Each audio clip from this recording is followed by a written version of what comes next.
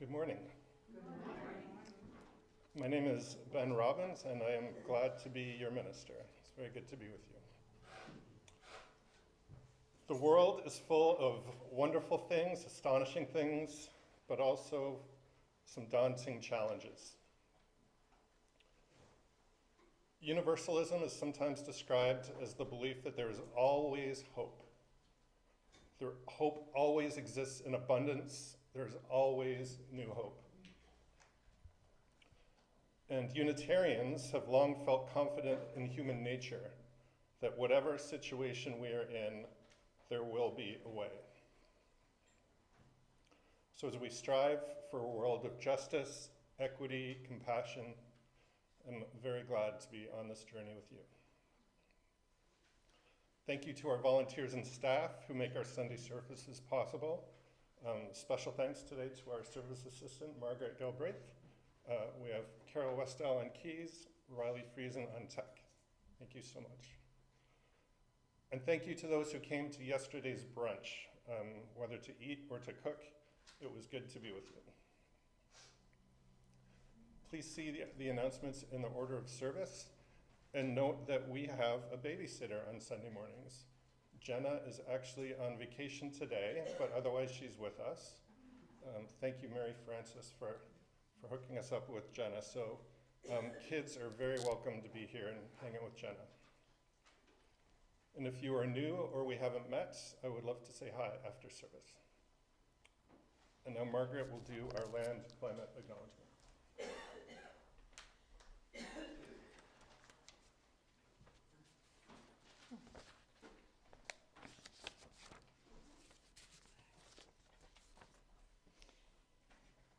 We are meeting here today in the unceded ancestral home of the Mi'kmaq, the land of Mi'kma'ki.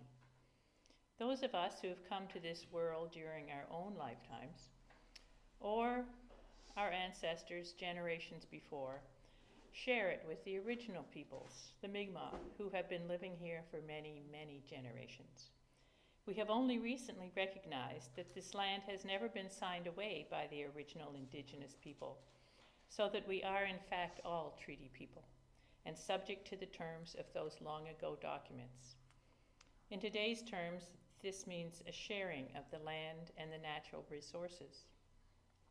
In today's terms, this would also mean addressing the issue of climate change, which affects all of our natural resources: the air, water, fire, and earth.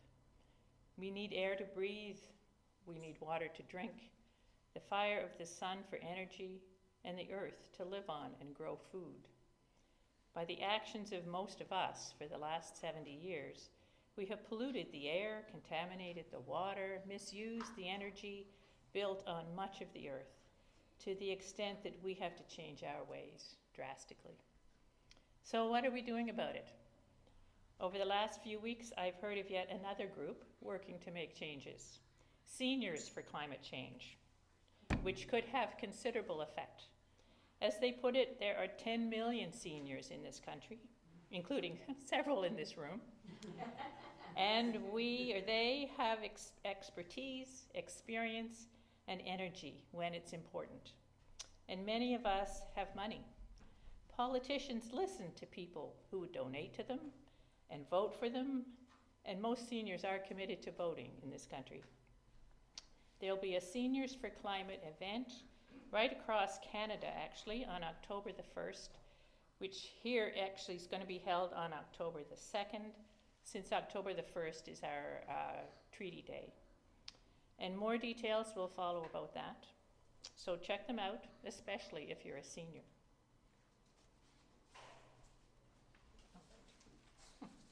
And now I'm still on. I'll light our chalice with this reading: The Light Within Us by Brian C. Lee. We light our chalice as a symbol of the light within us and the life that flows through the world around us. It is our beacon as we search for truth. It is the warmth in our hearts for love, and it is the energy that propels us to action. May we be kindled by our time together.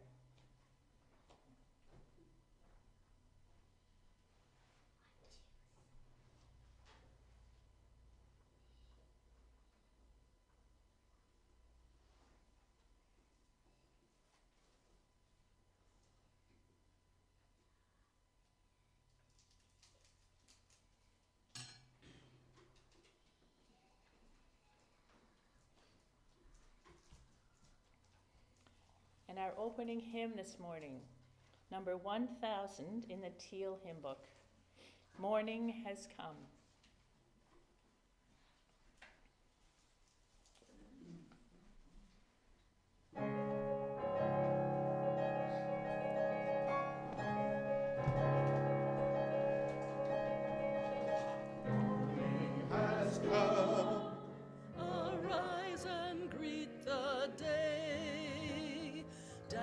With joy and sing a song of gladness. The light of hope here shines upon each face. May it bring faith to guide our journey home.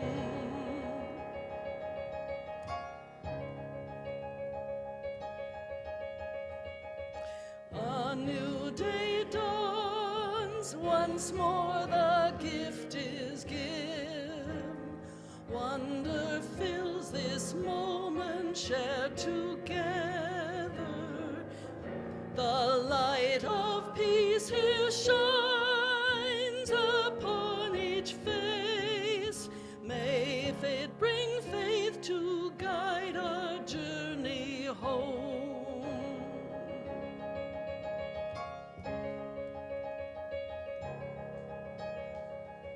Open our eyes to see that life abounds. Open hearts to welcome it among us. The light of love here shines upon each face. May it bring faith to guide our journey home.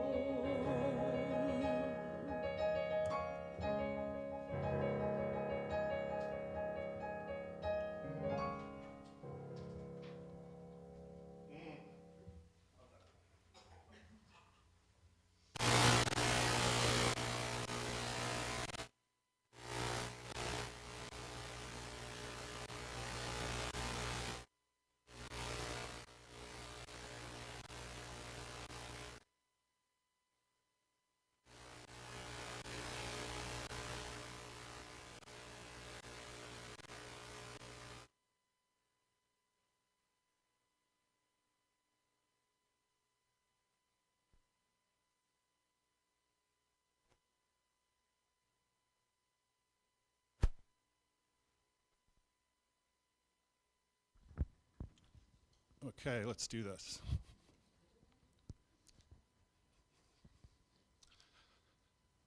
I'm 10 years old. Beautiful summer afternoon. I grab a soccer ball and meet my friends at the local park. Soon, there are 6 of us playing. Somehow, more kids materialized. When we're ready for a change, we hop on our bikes, see what else is going on, and soon we were at a classmate's house playing road hockey. We work up a sweat, 8 of us now. His mom brings out a tray of lemonade and crackers. This kid chews with his mouth open, and I can't look away. And suddenly, I'm throwing up. It's really gross. So I'm bent over with this crackery, lemonade-y goop dripping from my mouth, puddling at my feet. So the classmate's mom comes out with some dish towels. We clean it up. She looks at me over. She judges me good to continue. Nobody texted my parents. We didn't have texting back then, but nobody texted my parents. We just dealt with it, got on with our day, and soon we were biking down to the lake to skip stones. We knew to be home by dinner. And that is our story today.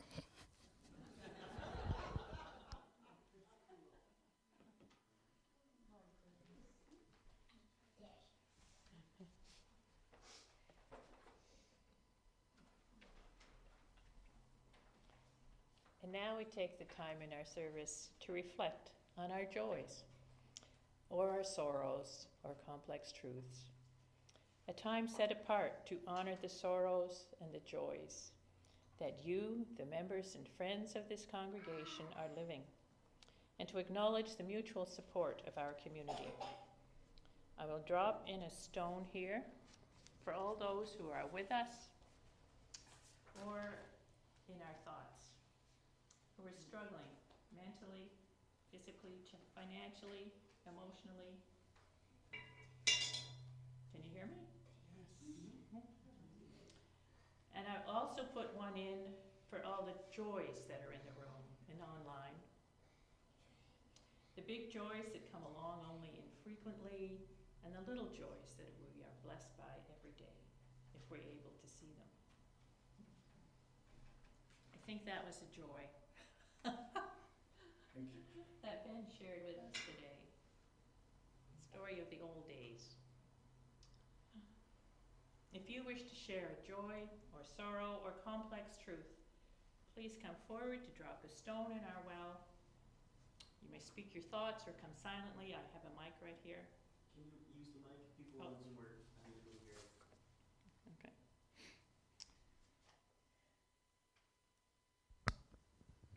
So we have a mic right here.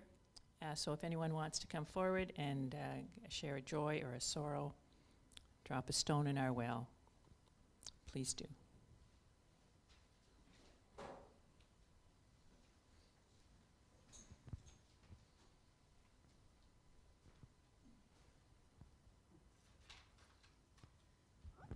My mom is 86 today, and she's a constant joy for me and the rest of my family. She's probably going to outlive all of us.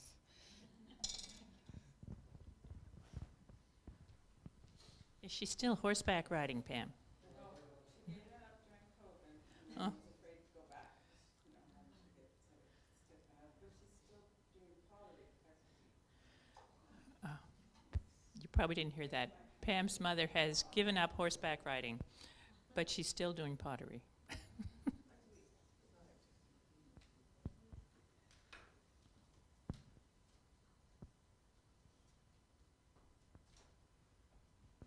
Hello, I'm Amy Moonshadow, pronouns she, her, and I'm so pleased that our Voice of Women for Peace walk wrapped up last night at Peace by Chocolate on the Halifax waterfront, and people came from all around, and I survived it. I had to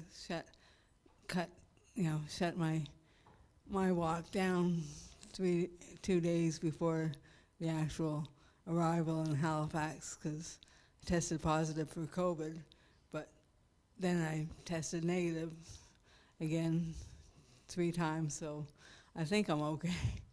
But it was fabulous, and so I've got on my phone. I've got a picture of myself and a Buddhist monk walking a lonely, lonely road through rural Nova Scotia, but it was great. You know, as we took over the rural roads, people, came out from their farmhouses and brought us gifts of food and offered to let us use their toilets, which was very nice.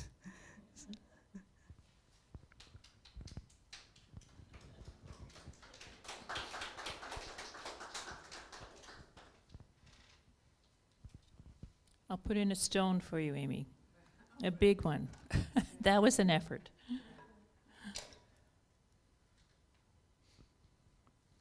Are there any other joys, concerns?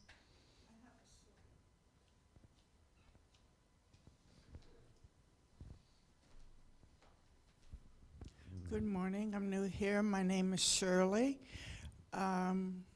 This is a new experience. I have a sorrow that I would like to express today, and that is next Sunday will be 1 year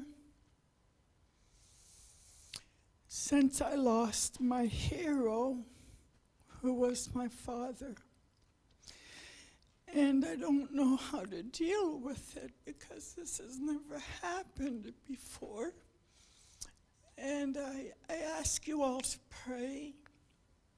I know where his soul is, which gives me great comfort. Thank you for your time. I'll light a candle for you.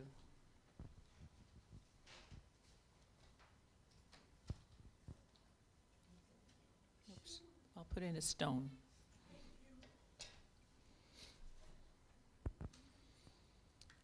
Are there any other joys or concerns?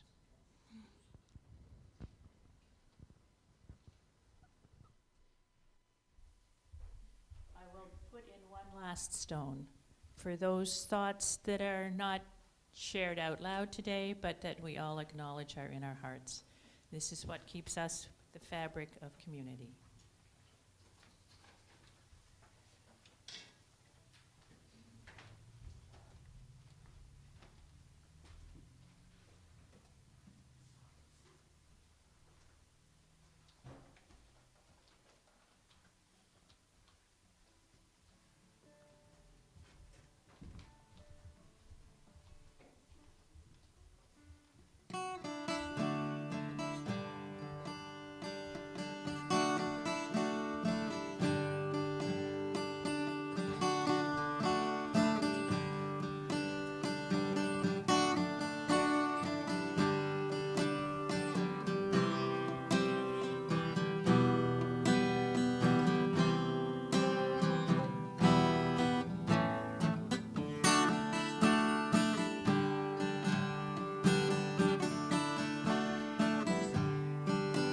Well, I think it's fine building jumbo planes or taking a ride on a cosmic train.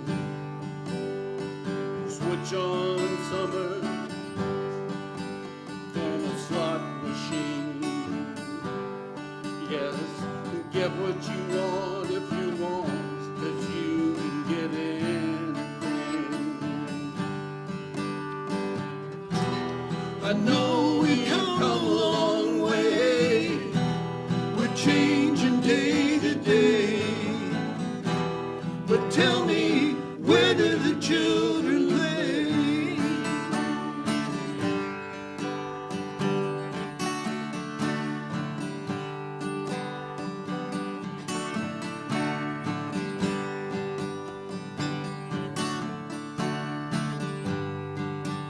Well, you roll on roads over fresh green grass for your lorry loads, pumping petrol gas, and you make them long and you make them tough,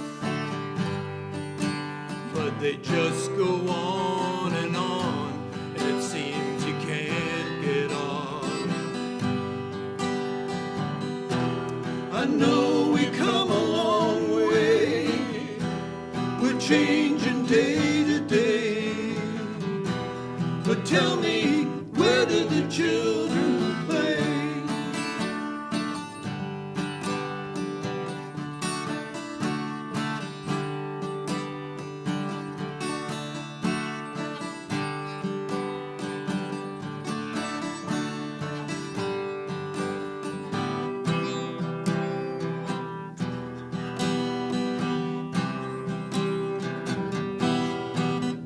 Well, you crack the sky, scrapers fill the air. Will you keep on building higher till there's no more room up there?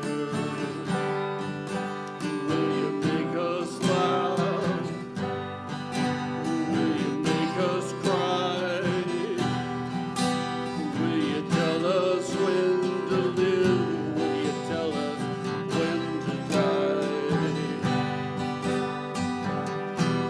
I know we come a long way. We're changing day to day.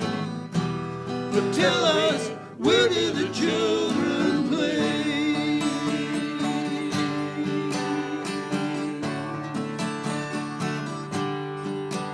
Do, do, do, do. Do, do, do, do.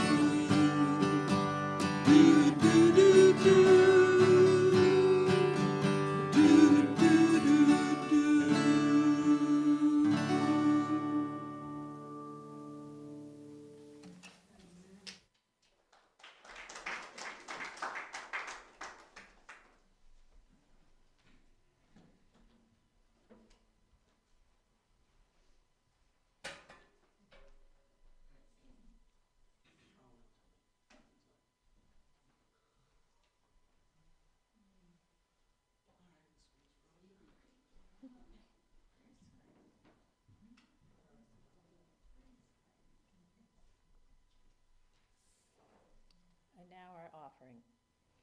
The ongoing functions of our congregation require your support in whatever way you can manage. If you can offer financial support, the best way to do that is through support for our annual pledge drive, which will be coming up later this fall, which is what many of us do. But you can also contribute each week, cash in our collection plate, which I will bring around shortly.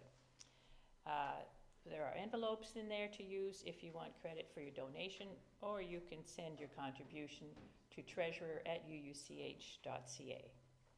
And we have an offertory hymn today, number 1012, in the Teal Book, When I Am Frightened.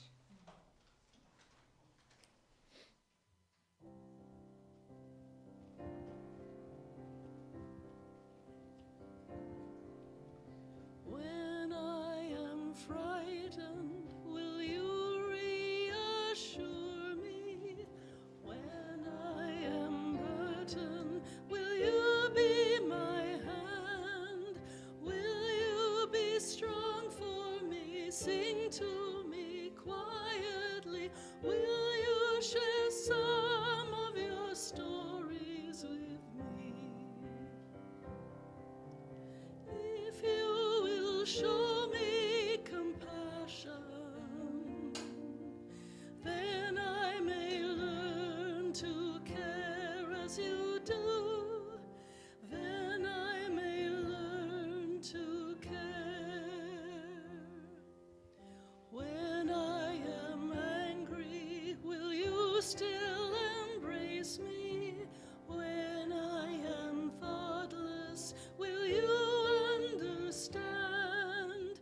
Will you believe in me? Stand by me willingly. Will you share some of your questions with me?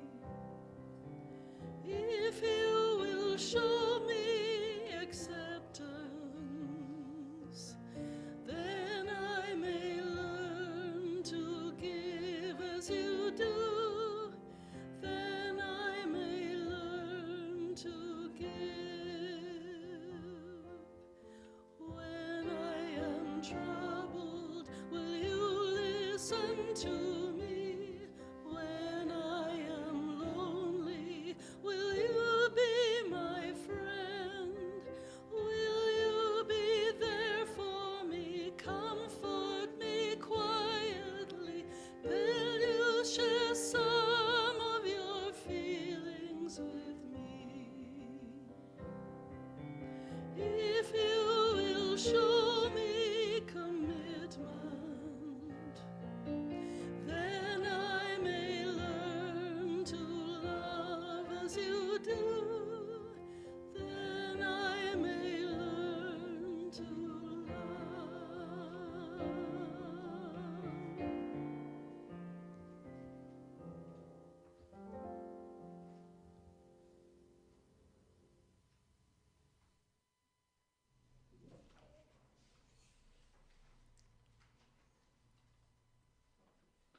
When I was 4 years old, my parents went looking for a community to raise us in.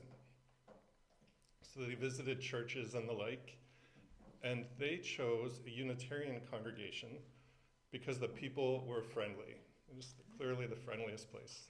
It was as simple a decision as that. So I was very lucky to be raised in a community where the grown-ups respected my mind, opened my heart, showed me different ways of living, modeled how to take action in the world with ambitious goals and real results. When we arrived on Sunday mornings, I knew that we were in a meaningful community. And here at UUCH, I'll say there are a couple people from my home congregation here today, if you don't mind saying hello. Yeah, so glad you're here. Here at UUCH, I have heard how meaningful the kids program has been for decades before the pandemic shut things down. And this week I spoke with a number of parents in our community and heard from them things like, here my kids learned about different religions and spiritual paths.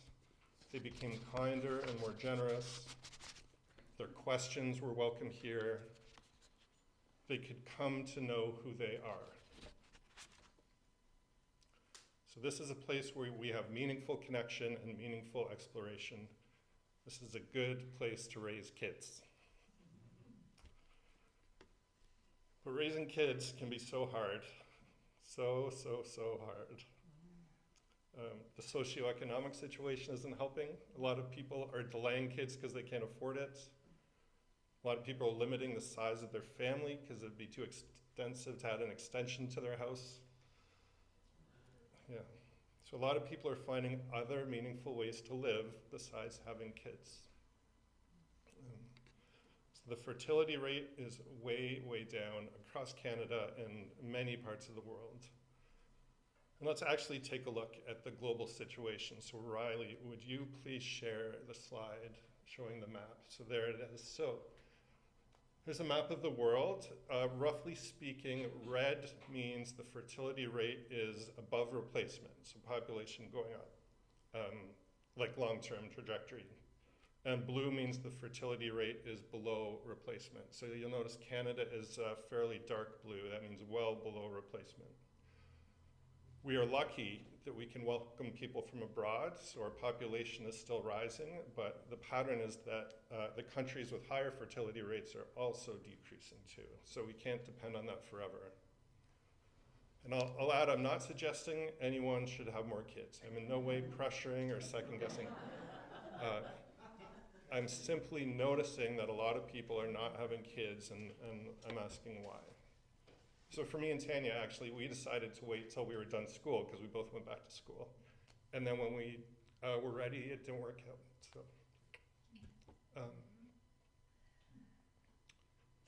So when I was growing up, there was a real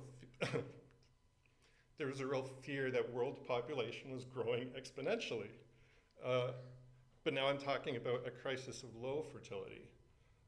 So you can be concerned both about high population and low fertility. The global population is still going up, and if we're above carrying capacity, as many of us believe, we will be above carrying capacity for a while. So I'm not dismissing the danger of high population, but a decreasing population brings its own problems. Who will look after the elders? Who will learn Bob's trick for making the furnace work before Bob retires? And there are countless organizations with a Bob who is about to retire. Not enough young people to learn the tricks of the trade.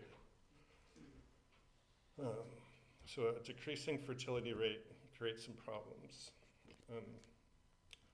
In a couple of conversations this week, I spoke with a lot of parents this week, some community organizers I'll mention, and some other people. And with the parents, I was very focused on how can we help children and families in Halifax. But with other people, conversations sometimes went broader. One of the themes I heard was maybe it's good if the human population drops. Someone actually said, the world is dying, shouldn't humanity just die off? Get out of the way. So the following is a direct quote. I'm just gonna say it's a direct quote. Why bring more kids into the shitty world? Apparently a lot of people are talking about that. It's trendy now to believe that having kids is selfish because it imposes an additional burden on the global ecosystem. I don't believe that. I believe the kids we bring in are gonna help, but a lot of people believe that. And it is just so sad. From the naive optimism of the 19th century modernism to the climate despair of so many people today. I am a hopeful person. I believe universalism is a hopeful worldview, but we can still make room for that fear. We have a speaker coming next month, Reverend Charles Bull, who will be specifically talking about finding hope in the face of the climate crisis. And not just hope, but joy even. So for today, I'm asking you to trust in his upcoming message. Today, I just want to focus on something that brings me hope amidst the challenges of the world. I find hope when I see little kids playing, getting their hands dirty as they explore the world, intently creating things using only their imagination and the materials at hand, not afraid to make mistakes and learn. I find hope in seeing kids with just unabashed joy, discovering a new day, having a laugh with a friend or family. I'm not trying to get sentimental here. If you love kids, you understand what I mean, and if you don't love kids, that's okay too. So I believe we can bring hope in the world by making our hometown a place where children thrive and where families thrive. And I am gonna get a bit more sentimental, actually. So when I was in high school, I ran track, and a friend was running in the 1,500 meters. And I was watching at track level. I was from near the start of the home stretch, and as my friend started the last lap, he just kicked it into high gear. He passed his crosstown rival, and out of nowhere, I just started crying. So happy for him. I was watching my friend thrive. And I can still cry in celebration of athletic achievement, but now I'm more likely to be affected when I see a mean kid figure out the golden rule. When I see a shy kid learn to be yourself. So I love seeing kids thrive and grow. So it is spiritually painful for me to see kids stuck in systems that don't bring out their best selves. To see kids overprotected, over-industrialized, or even priced out of living. It is spiritually nourishing for me to see kids able to explore, create, connect. If we make Halifax a more child-friendly place, or all of Nova Scotia, we have people here from all over, it will be good for my spiritual health and for my hope for the future. And I don't think I'm the only one. I think the city is full of people who will give it their all when they see that it makes the next generation thrive. When kids thrive, there is hope for the world. Today I want to highlight 3 ways that we can make Halifax a more thriving place for kids. There's a bunch of ways. Here's 3. I had to pick 3. I heard lots of great things from our families. Fix the over-industrialization that crowds out kids. So I'm a big fan of technology's ability to make our lives better, like clothes washing machines, for example. But as the after choir sang to us today, the economy can take on a life of its own and not leave room for kids to be kids. So for example, we need safe, active ways for kids to get around. I spoke with David Truman from the Halifax Cycling Coalition. He said that protected bike lanes are the top priority for kids, as far as he's concerned. And in HRM, we have built protected bike lanes, and we plan to build more when there is funding. So let's keep this front and center as we approach the local election and beyond. You can also support the cause by joining the Critical Mass Bike Ride. Do you know Critical Mass? Do you know critical mass bike rides? If we get enough people biking, they'll build the bike lanes and then everyone will bike. So if we reach a critical mass of bikers, and so if we reach a critical mass of kids, that's called critical mass. So critical mass is a monthly bike ride, and it just really shows how much families will bike when it's safe. In cities like Amsterdam and Osaka, bike culture blossomed when abundant, safe bike lanes were built. And we need streets safe for walking. So I spoke with Stephanie Johnstone-Lorette of the Ecology Action Center. Stephanie specializes in active transportation for youth. Active transportation includes biking, walking, rolling, and more. When Stephanie worked with younger kids, she would have them draw a memory from their trip to school that morning. Kids who walked or biked or rolled to school were much more likely to draw their memories in vivid colors, like a worm that they saw, whereas kids who got a ride to school were more likely to draw something kind of sterile and bland.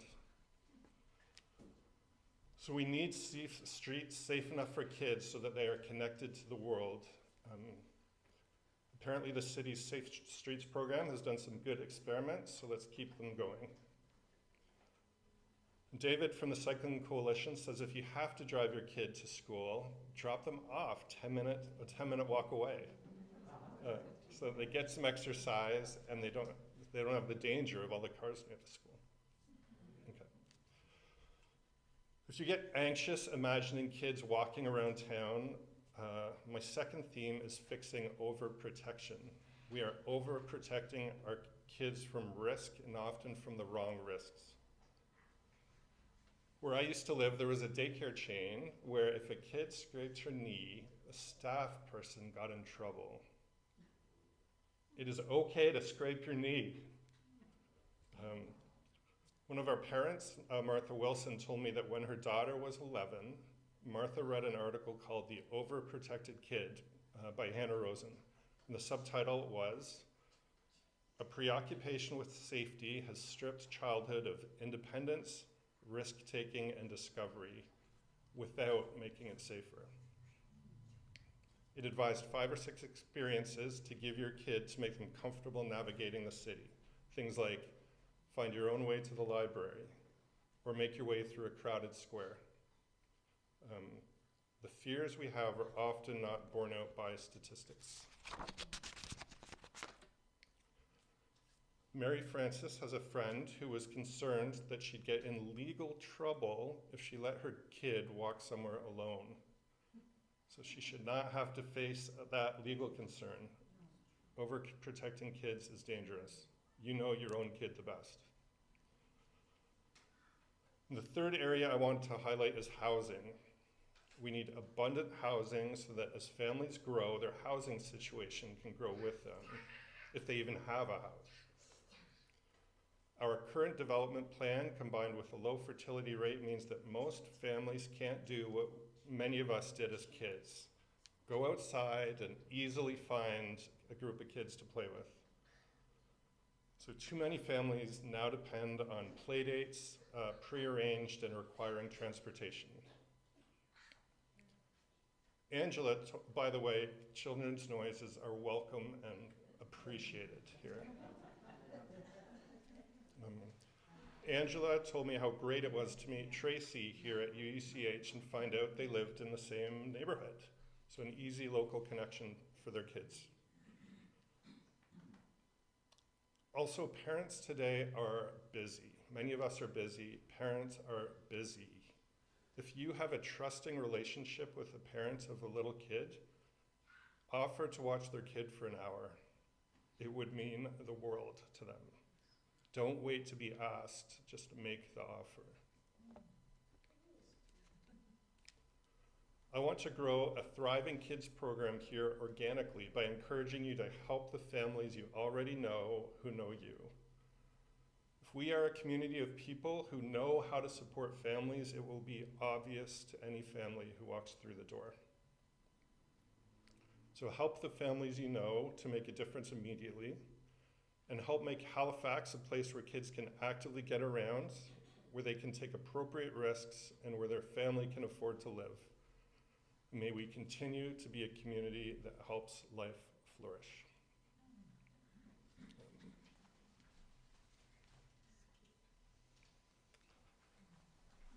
Please rise and body our spirit for a closing hymn, number 323 in the gray hymnal. That's number 323, Break Not the Circle, and we'll just give a sec for the lyrics to come up on the screen. Yep.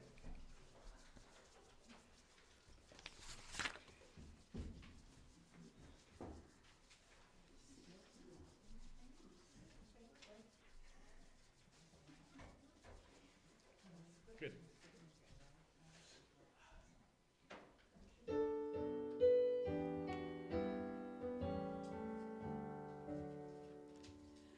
Break not the circle of enabling love, where people grow forever and forgiving.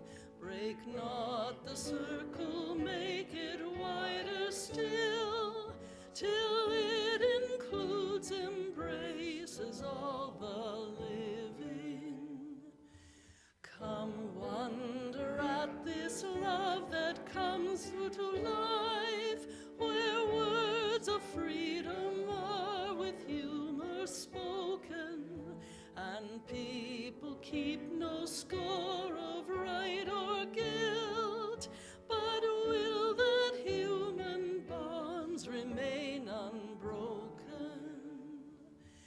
Join then the movement of this love that frees, till people of whatever race or nation will truly be their selves, stand on their feet, see eye to eye with laughter and elation.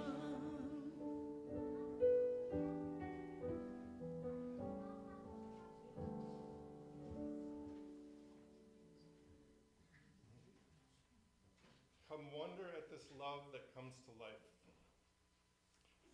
I have tremendous hope that comes from seeing how a few changes can bring a city to life. So let's support our families and let's support all the families of Halifax.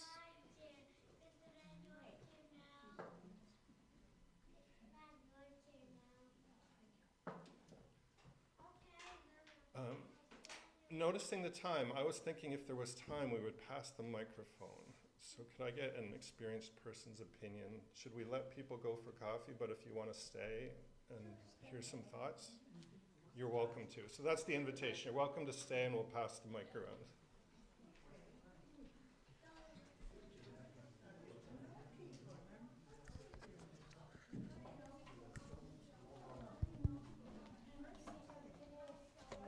Who has some thoughts?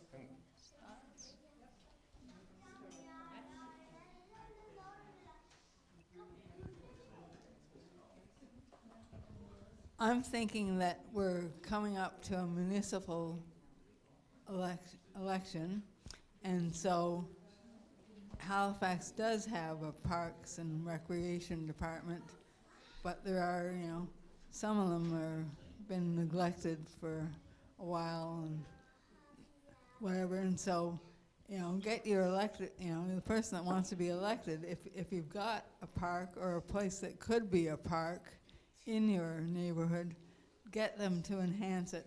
And let's have a green gym in every neighborhood. I don't know if there are any actually in Halifax, proper. Dartmouth side over by Lake Bannock has a wonderful one.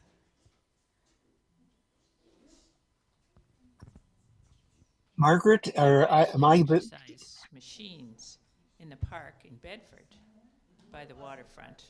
And I have seen kids using them. Point Pleasant Park has them. Oh, Point Pleasant Park too, says Pam. Yeah. Margaret, can you hear me? It's Scott. Apparently not. Oh, sorry. In Point Pleasant Park, there's some like stationary bike kind of things. I don't know if they're suitable for children. They're suitable for adults. I haven't tried one. Some of those machines aren't short enough for me. Someone suggested the ones in Bedford might be too short for me, too big for me. But they're the lower lot, and then not where the bathrooms are, because the bathrooms are behind Shakespeare on the Sea, but they're on that path that goes, that part of the path, like before you get to the beach.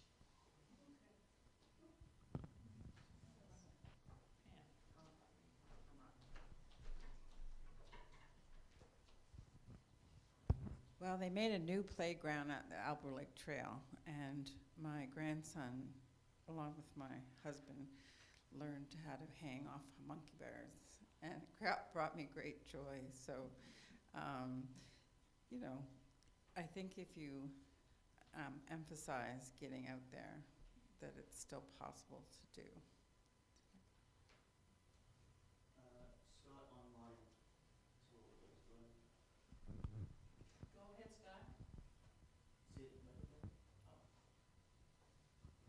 Scott, did you want to say something? I did. Thank you. I enjoyed Ben's comments about the freewheeling youth that I remember. I'm old enough that when I got done with breakfast, my mother would usually say, "It's time for you to go out and play." And we'd go outside and don't come back until lunch. And we found so many things to do. We had crazy little schemes of building things and exploring things. I think it was extremely beneficial to my life that we had this kind of very freewheeling existence. We actually were like a horde of kids going through the neighborhood, eating the neighbor's fruit, uh, like a gang of locusts, and enjoying ourselves, running barefooted. It was a completely different kind of environment than many of the kids are growing up in today. And I just look back at it with such joy.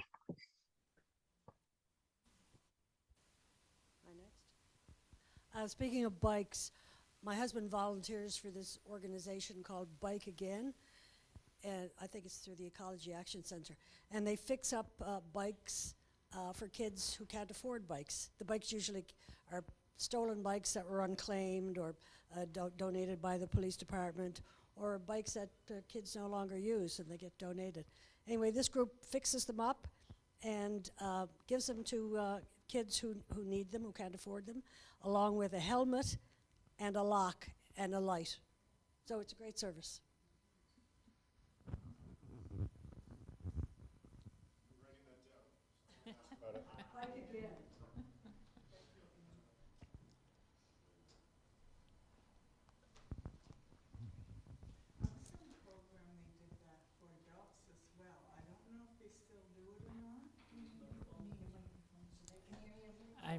Yeah.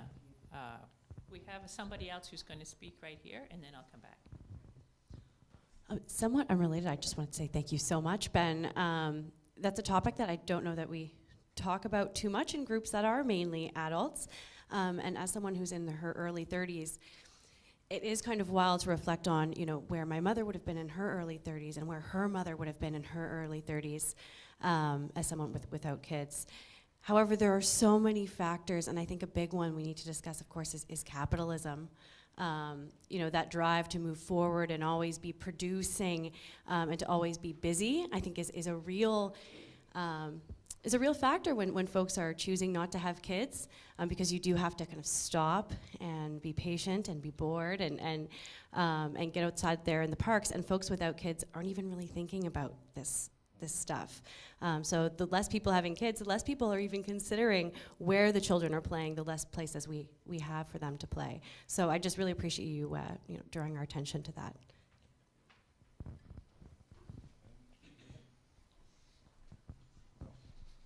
Did you want to add something? I was just going to add that I was in a program with the Ecology Action Center as an adult, and they donated a bike to me, and they showed me how to fix it, or they would fix it. So it may extend to adults as well. You may want to check into that.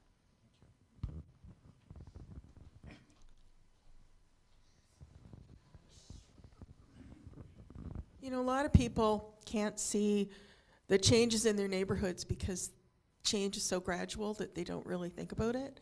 And I'm in this weird position where I lived in this house in Halifax in Heron Cove in the 90s when my children were small, but it was a family house. So then we moved away to Ottawa, and then we moved back. So I can see that, in fact, when I moved back 7 years ago, there are no changes.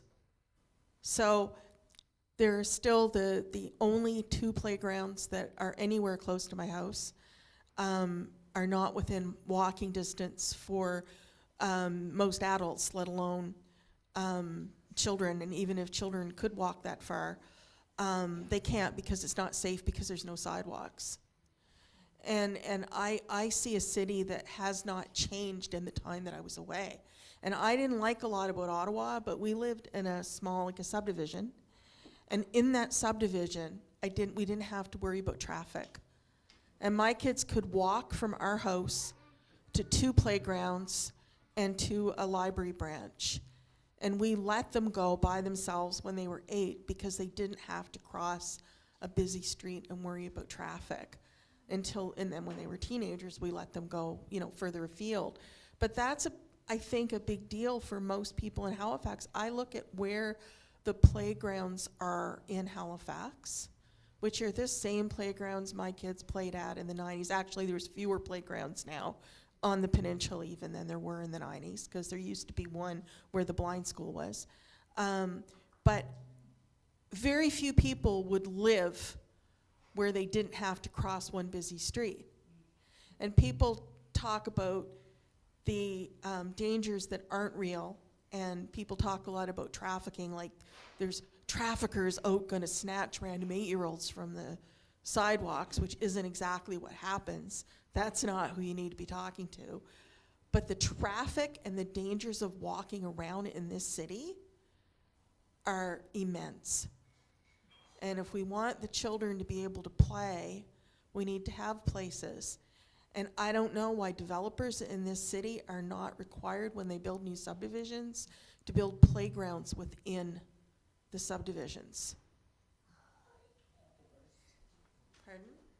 Well, I don't know. There are no playgrounds anywhere between the 500 block in Spryfield, where there is a playground in those low-income houses, and there's a playground at the elementary school in Heron Cove, and that's it. And then there's a playground down in Fleming Park. We sure can't walk to Fleming Park from Heron Cove.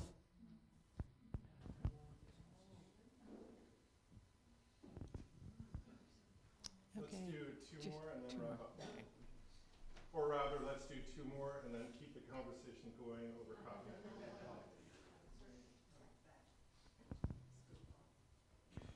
We used to live on a farm, and the thing we used to do when we were 3 or 4 years old, we used to play Tarzan in the trees, and we had a ball. We just did everything we could do because there was 15 kids in my family, and we had to keep busy. Thank you.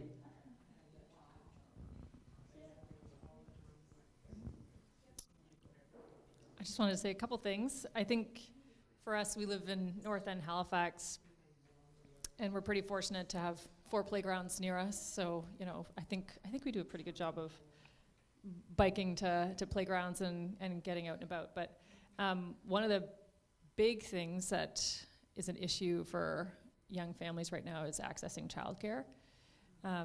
So, you know, we have a 1-year-old, or who's going to be 1 year old in 2 weeks, and we don't have a childcare spot for her. So, and that is okay for us. I'm going to stay off for 18 months, but I know so many young parents that are looking to go back to work at the year mark, and with the subsidy now, the daycare subsidy, which makes it so much more affordable, which is great. You know, it used to cost $45 a day to send your kid to daycare, and now for us, it's down to $25 a day. And that's going to further go down to $10 a day on average by, I think, March 2026. So that's a great thing, but there are not enough spots for people who want to go back to work and have their kids start daycare at the year mark. You know, we've put, as soon as you find out you're pregnant, you have to get on a wait list for childcare, and still some people are, you know, have a 2-year-old and still don't have a spot. So I think that's more of a federal provincial thing, but come election time, some daycares are sending out these auto messages. When you ask, can I get a spot at your daycare, they say no spots, contact your MLA, and they have a whole list of points. So just want to put that on people's radars, that some folks who want to go back to work aren't able to go back because there's no childcare spots for them. So kind of adjacent to this conversation. Thank you, Mary Frances.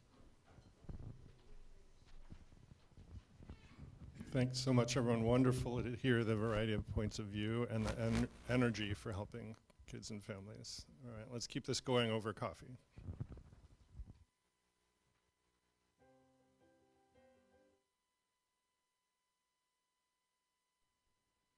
Hey everyone. Mary Ellen, thank you for